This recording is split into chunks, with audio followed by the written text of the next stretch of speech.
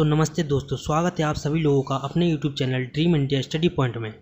आज का जो वीडियो लेक्चर है वो है इंग्लिश मीडियम स्टूडेंट के लिए, ठीक। इलेक्ट्रिकल डिपार्टमेंट में जो भी हैं, तो पॉलीटेक्निक 4th सेमेस्टर का है ये, ठीक। हमारा सब्जेक्ट है transmission and distribution of electrical power. आज हम बात करेंगे सबसे पहले advance of high voltage transmission.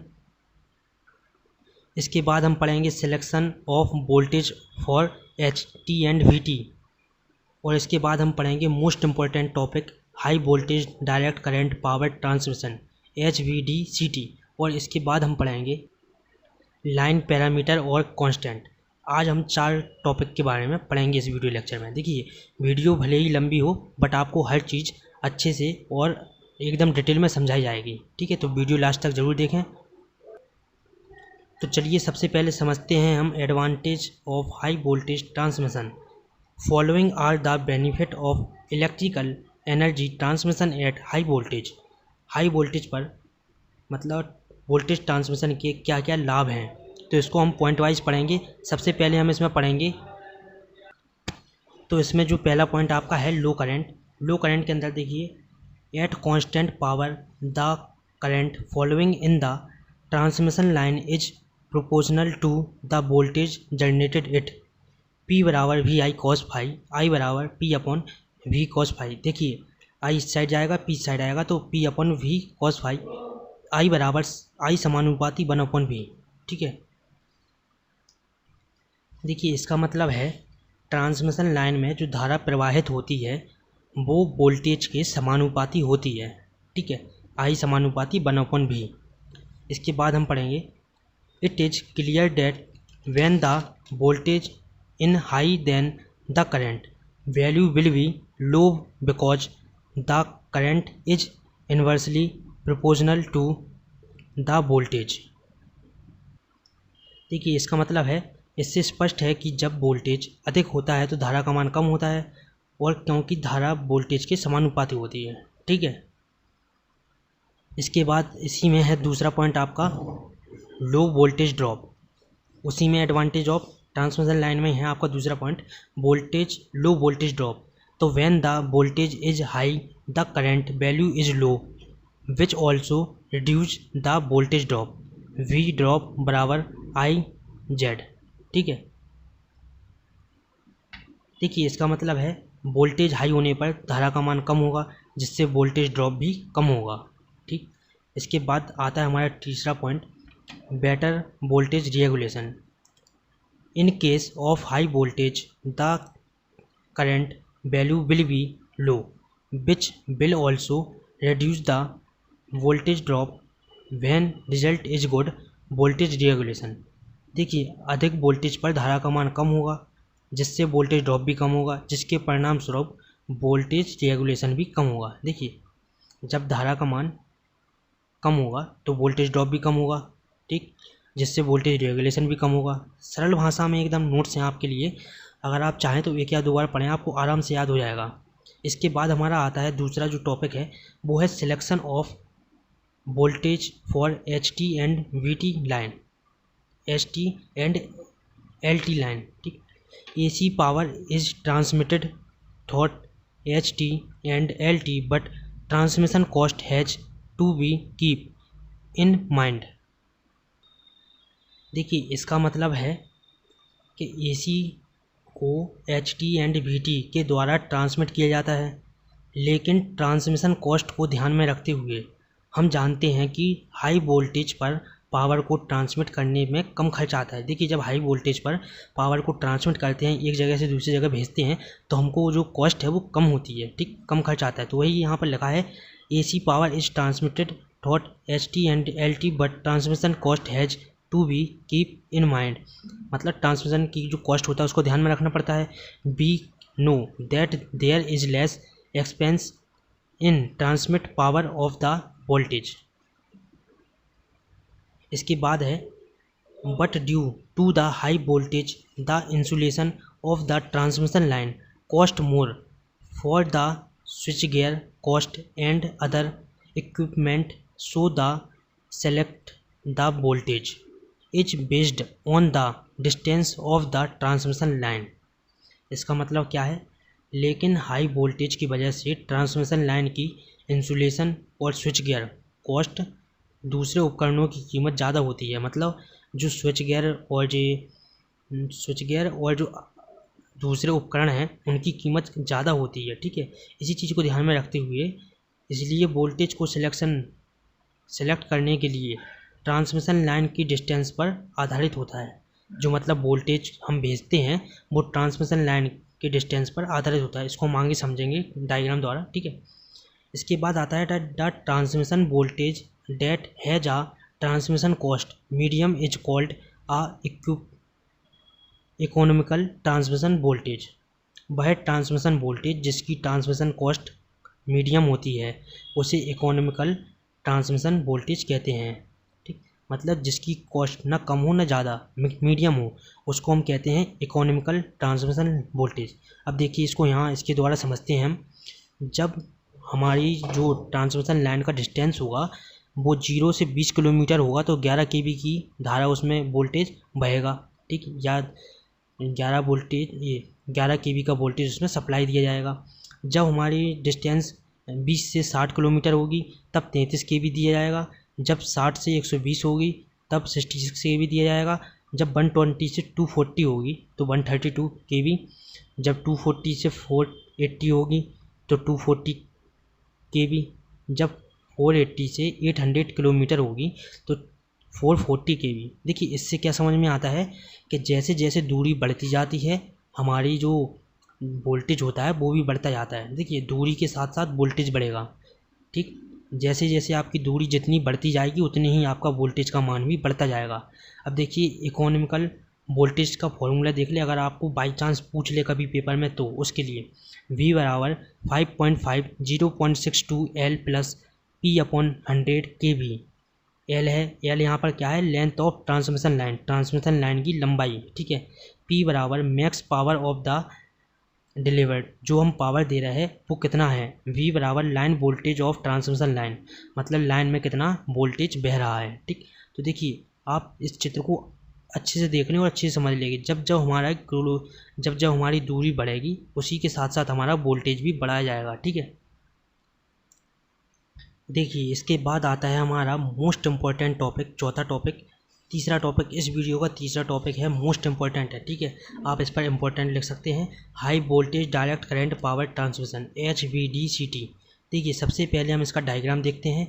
यह है इलेक्ट्रिकल पावर जनरेटर, यह है स्टेप अप ट्रांसफार्मर, यह है रेक्टिफायर, ये आपकी ट्रांसमिशन लाइन आई है, ठीक, पावर ट्रांसमिशन लाइन। ये इन्वर्टर है, स्टेप डाउन ट्रांसफार्मर, और ये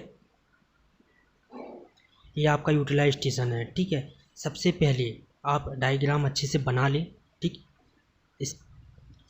देखिए इसके पहले हम इसको थोड़ा पढ़ लेते हैं, इसके बाद डायग्राम को समझेंगे, ठीक। डायग्राम आप अच्छे से समझ लें, ठीक। सबसे पहले हम इसके बारे में हम पढ़ लेते हैं, उसके बाद हम डायग्राम समझेंगे। देखिए in this we convert no voltage AC to high voltage with the help of step up transformer. After that it is converted to high voltage DC with the help of rectifier and with the help of transmission high voltage DC, ठीक। देखिए इसका मतलब क्या है, इसमें हम low voltage AC को step up transformer की सहायता से, ठीक, स्टेप अप ट्रांसफार्मर की सहायता से हम हाई वोल्टेज में परिवर्तित करते हैं या कन्वर्ट करते हैं, ठीक है। इसके बाद रेक्टिफायर की सहायता से हाई वोल्टेज DC को बदलते हैं तथा ट्रांसमिशन लाइन की सहायता से रिसीविंग स्टेशन पर हाई वोल्टेज AC और DC इन्वर्टर की सहायता से बदलते हैं, ठीक है। At the receiving station are converted in the AC with on inverter, ठीक है। After this with the help of step down transformer this is converted into low voltage power. High voltage DC transmission requires designing high voltage rectifier and inverters, which is a very expensive process, due to which we reduce the use of high voltage DC transmission and high voltage use mode of AC transmission. ठीक है, अब देखिए हम इसको चित्र को समझ लेते हैं अच्छे से। आप एक बार इसके चित्र को अच्छे से अगर समझ गए तो आप पूरी इसकी कार्यविधि बनाकर लिख सकते हैं, पूरी वर्किंग इसकी आराम से आप बनाकर लिख सकते हैं। ठीक है, देखिए ये है इसका चित्र।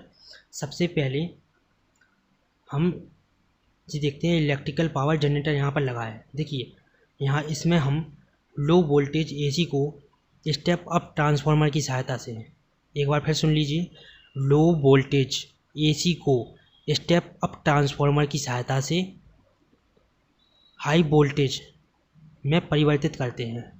किसको? लो वोल्टेज एसी को हाई वोल्टेज डीसी में परिवर्तित करते हैं। कैसे? देखिए यहाँ से हम यहाँ पर लो वोल्टेज एसी देंगे, ठीक, स्टेप अप ट्रांसफार्मर उसको कन्वर्ट करके किस में चेंज कर देगा? डीसी में, इसमें हाई वोल्टेज डीसी में। अब जब स्टेप अप ट्रांसफार्मर के बाद जब वोल्टेज हमारा रेक्टिफायर में आएगा तो देखिए रेक्टिफायर का काम होता है AC to DC converter. Rectifier होता है हमारा AC to DC. Rectifier AC जितनी भी धाराएं हैं उनको डीसी में परिवर्तित कर देता है। इससे हमको हाई वोल्टेज डीसी प्राप्त होती है। यहाँ पर हमने लो वोल्टेज एसी दी और यहाँ पर हमको हाई वोल्टेज डीसी प्राप्त हुई। इसके बाद high voltage DC power transmission की सहायता से यहाँ पर आती है इन्वर्टर में। अब इन्वर्टर का काम क्या होता है? इन्वर्टर का काम होता है डीसी टू एसी। इन्वर्टर का काम होता है डीसी को एसी में चेंज करना। तो हमारा जो था हाई वोल्टेज डीसी, अब यहाँ पर क्या बन जाएगा? High voltage AC. देखिए इन्वर्टर हाई वोल्टेज डीसी को एसी में चेंज कर देता है। इसके बाद स्टेप डाउन ट्रांसफार्मर की सहायता से इसे लो वोल्टेज पावर में चेंज कर दिया जाता है। ठीक है, देखिए सबसे पहले आप समझ ले, ये आपके ये तीनों जो कंपोनेंट हैं ये आपके कहलाएंगे रिसीविंग स्टेशन। ठीक, ये है आपके रिसीविंग स्टेशन। यहाँ पर आपका इन्वर्टर आप अच्छे से देख ले, इन्वर्टर करता है डीसी को एसी में चेंज, रेक्टिफायर करता है एसी को डीसी में चेंज। ठीक है, इसके बाद ये पूरी वर्किंग हमने यही आपकी लिखी है। ठीक, तो उम्मीद करते हैं आपको HVDCT समझ में आ गया होगा। अगर अभी भी आपको ना आया हो समझ में तो आप वीडियो पीछे करके एक बार फिर से देख लें, या फिर जो भी समस्या हो तो मुझसे कमेंट बॉक्स में लिखकर पूछ सकते हैं। ठीक, इसके बाद हम पढ़ते हैं लाइन पैरामीटर और कांस्टेंट। तो लाइन पैरामीटर और कांस्टेंट में हम सबसे पहले देखेंगे इसकी, ठीक, लाइन पैरामीटर और constant are transmission line is represented by 3 electrical component that are resistance, inductance and capacitance. देखिए किसी भी ट्रांसमिशन लाइन में 3 कंपोनेंट होते हैं। 3 कंपोनेंट कौन कौन से होते हैं? रेजिस्टेंस, इंडक्टेंस और कैपेसिटेंस। ठीक है, to analysis power system be consider them to be concentrated. ठीक, पावर ट्रांसमिशन की एनालिसिस करने के लिए इन्हें संकेंद्रित मान लेते हैं या कांस्टेंट मान लेते हैं। ठीक, जो भी आप कहना चाहें, यहाँ पर आप इसकी जगह कांस्टेंट लिख लें। मतलब जो हमारी पावर सिस्टम की एनालिसिस होती है उसको संकेंद्रित मान लेते हैं, कांस्टेंट मान लेते हैं। ठीक, इसके बाद हम पढ़ेंगे the conductor is also a parameter is the line parameter. Line parameter में जो कंडक्टर होते हैं, कंडक्टर भी एक पैरामीटर होते हैं। ठीक, लाइन पैरामीटर में जो कंडक्टर होते हैं वो भी एक पैरामीटर ही होते हैं। The conductor is also a parameter in the line parameter. ठीक, which has little impact on the transmission line. The entire performance of the transmission line is dependent on the line parameter. Line parameter में conductor, ये conductor होते हैं। ठीक है, line parameter transmission line की performance पर निर्भर करती है। ठीक, इसके बाद हम देख लेते हैं आपके ये 3 पैरामीटर होते हैं जैसा कि हमने ऊपर पढ़ चुके हैं हम। पहला होता है लाइन रेजिस्टेंस, दूसरा होता है लाइन इंडक्टेंस, तीसरा होता है लाइन कैपेसिटेंस। इसके जो हमारा लाइन रेजिस्टेंस होता है इसको सिंबल होता है R, इसकी यूनिट होती है, इसको लिखते हैं ओम प्रति किलोमीटर में।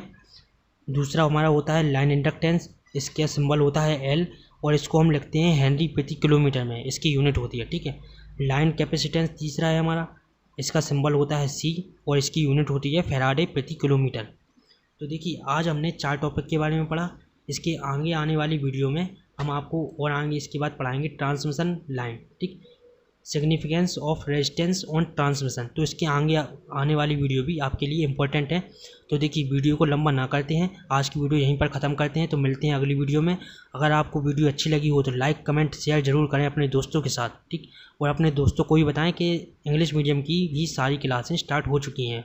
और अगर अभी तक आपने हमारे चैनल को सब्सक्राइब ना किया हो तो जल्दी से चैनल को सब्सक्राइब कर लें। तो मिलते हैं चलिए अगली वीडियो में, और वीडियो देखने के लिए बहुत बहुत धन्यवाद सभी लोगों का।